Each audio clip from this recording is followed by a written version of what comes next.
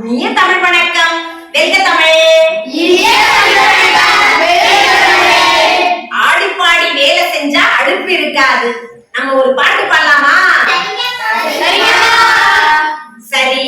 March 8ஆம் தேதி என்ன சிறப்பு? சிறப்பு ஆசிரியர் மகளிர் தினம். மார்ச் 8 என்னது? மார்ச் 8 மட்டும்தான் மகளிரை கொண்டாடணுமா? இல்ல, தினம் தினம் நம்ம என்ன செய்யணும்? கொண்டாடணும்.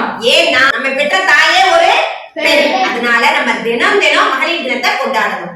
ஆனா இன்னைக்கு செய்தித்தாள பத்திரிகைய புரட்டணும் அப்படின்னு சொன்னா ஒரே பாலியல் வன்கொடுமை சார்ந்த பிரச்சனைகள் நிறைய தலை தூக்கிட்டு இருக்கு இல்லையா?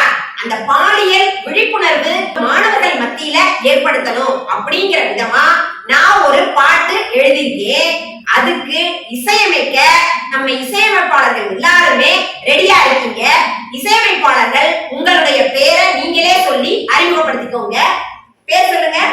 இசையமைப்பாளர் ஆசிர் முகமது. இசையமைப்பாளர் ஆசிர் முகமது.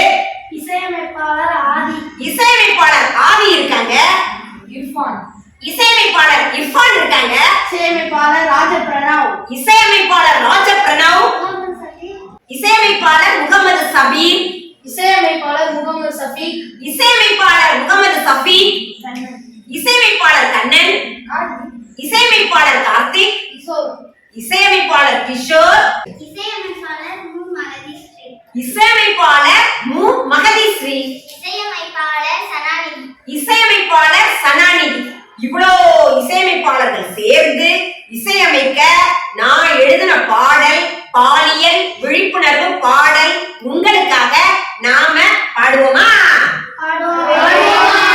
இந்த பாலியல் விழிப்புணர்வு பாடலை நீங்க எல்லாரும் கேட்டுட்டு எல்லாருக்கும் இந்த விழிப்புணர்வை ஏற்படுத்தணும். சரியா?